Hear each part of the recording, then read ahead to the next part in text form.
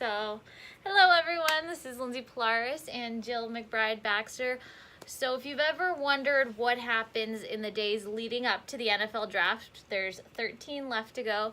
Jill is an agent and is going to fill you in. How stressful is this time for you right now? Well, I don't know that it's that stressful. I just want to make sure that my clients are going to get picked. That's really what, and you have to do a lot of pre-research to figure that out.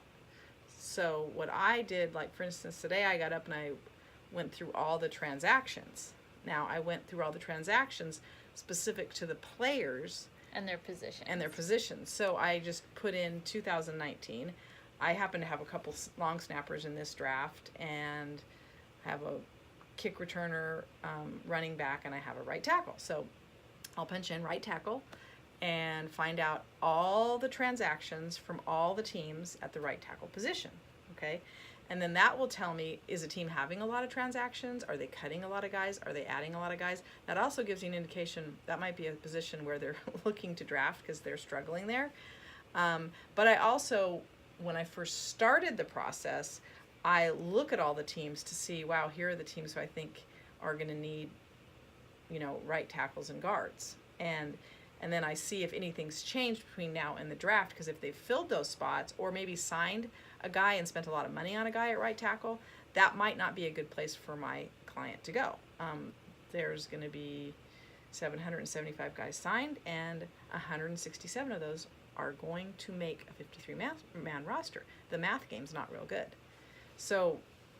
But what I want to do is I want all of my clients to get an opportunity, be one of those 775 to get signed by a team, either drafted or be an undrafted free agent. That was kind of a point I wanted to touch on. A lot of people and maybe prospects go into thinking that if you don't hear your name called during the draft, it's the end all be all, and that is absolutely not the case, right? So can you shed a little light on that? Yeah, that's a complete craziness.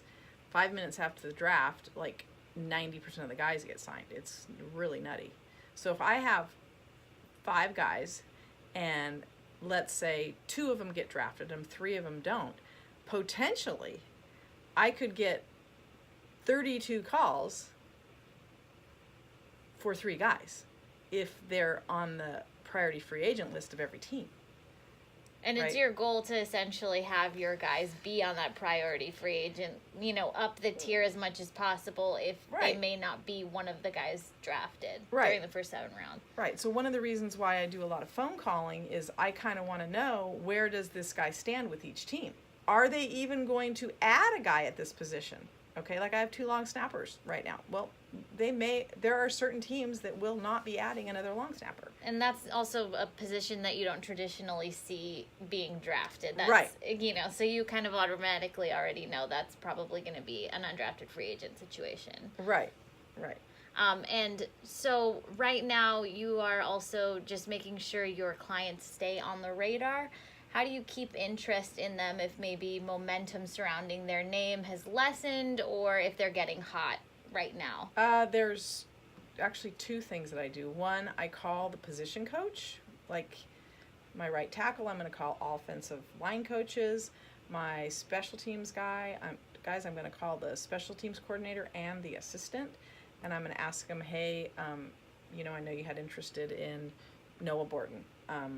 What's your interest level right now after you've looked at all the tape? Okay. Did you want to work him out? He happens to be in Hawaii, so it's a little bit trickier to, it's a long trip. Yeah. So, did you want to work him out? Hey, yeah. And then I might get a response. Yeah, we really like him, and we do intend on adding a long snapper to our roster to compete with our current long snapper. Our current long snapper is older and making quite a bit of money, so we're kind of looking to, basically what they're saying is code for we're looking to replace him. So that would be a good place for the player to go, right, if that's the situation. And so the call just really gave me a strong indication of, number one, okay, that team has a lot of interest. That team also needs a long snapper, is going to add a long snapper, and likes my long snapper. So that would go up to my client's higher on his list of somebody that would be a good place for him to go if they call after the draft. Okay, so that's what the calling does. Secondly, I do a lot of emailing. So Constant Contact is a program that I use because you can track who opened the email and whether or not they clicked on the actual like highlight tape of the kid or their pro day results, or did they click on the video I have from the pro day. So I'll do quite a few emails, maybe 2 to 3 a week on the different players if there's something new to report, like, hey, my right tackle just went and worked out for, the Cardinals. Oh, my long snapper just worked out for the Baltimore Ravens, which, these are all things that happen, right? So you would report that. Oh, my right tackle's been contacted by, 3/4 of the teams. That's good, Yeah, all right? good things, obviously, to spark interest. So that starts to tell you kind of like where this kid is. Now, there's also other indicators when people are dropping, and you got to prepare the player. So I think phone calls, emailing, and then I just keep calling until they call me back, too, because relentless. you got to be Yeah. relentless or persistent, whatever. Whatever Lindsay, adjective you want to use. when you're in the media, don't you have to try to figure out how you're going to get your information? What do you have to do? Absolutely. Call, text, email, Yeah. however they answer. Yeah, Tweet. and I've tweeted at people before and it's worked, so Yeah.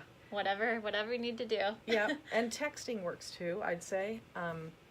So anyways, I'm reviewing transactions, I'm calling, I'm emailing, and then I'm talking to my clients and I'm telling them, okay, here's what they said, here's what they think, here's where you are. And then the next part is I will probably about 5 days before the draft, I'll meet with each player separately and we will create a list.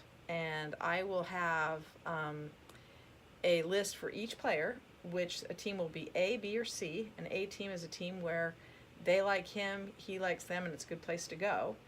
And a B team is maybe they're in between. A C team is they either don't like the player or they don't need anybody at that position.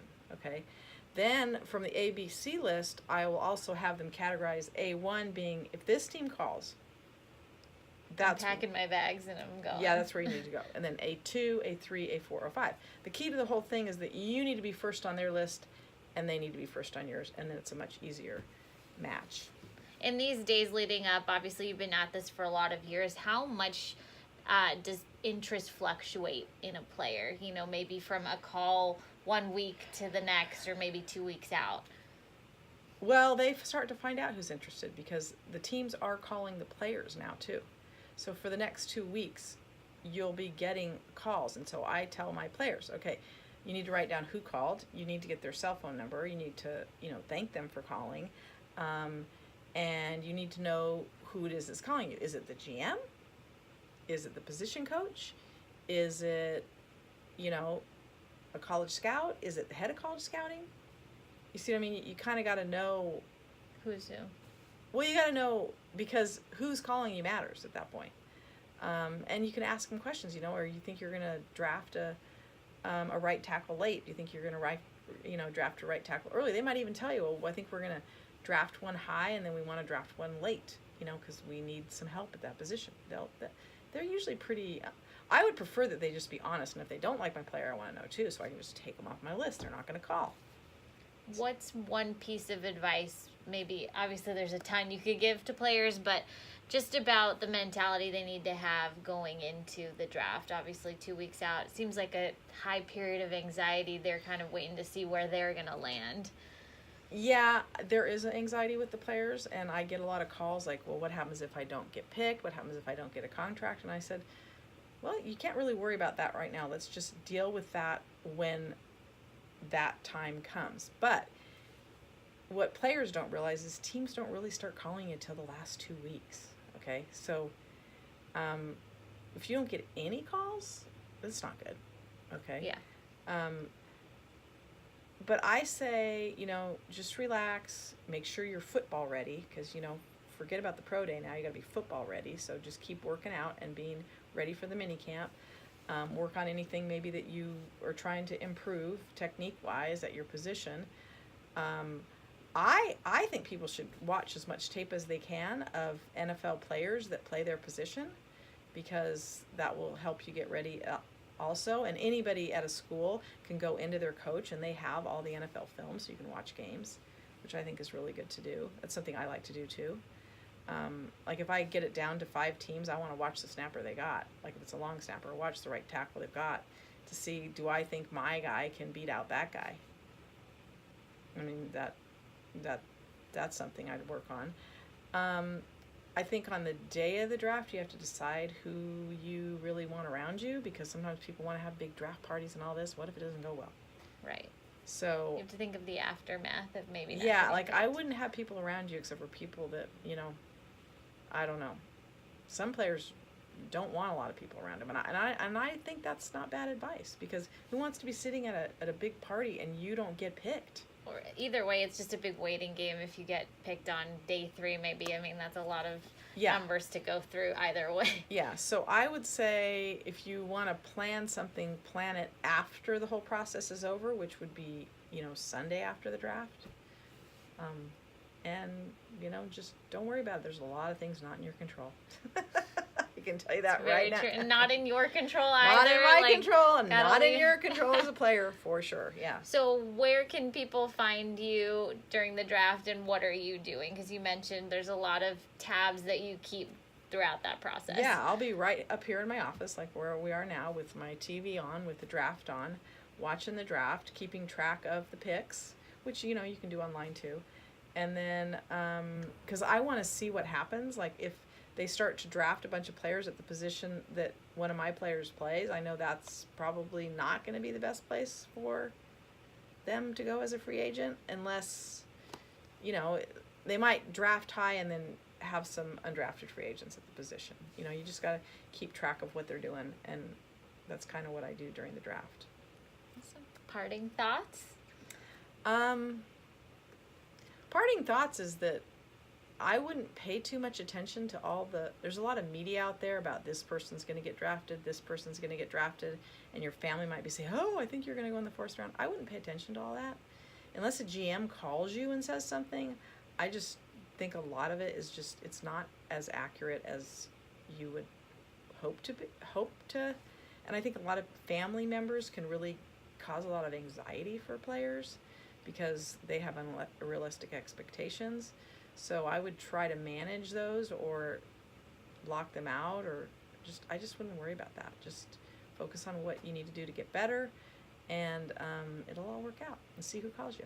Yeah, and just to piggyback off that, as a media member, I've covered a few drafts now, and I think absolutely going into something with no expectations is the way to go, because someone can be a projected favorite, and then a new GM or, a team trying to change their game will go in a completely different direction. You won't know, and you just want to not have the weight of those expectations on you, I think. And I've seen it with guys that I've interviewed that are hoping to be drafted, and I've seen it in the reverse. They thought they were going to be an undrafted free agent, got picked in the final round. So you want to just be prepared emotionally for the good or the bad, I think. Yeah, I agree with you. Yeah. All right, bye guys. That was our little session here.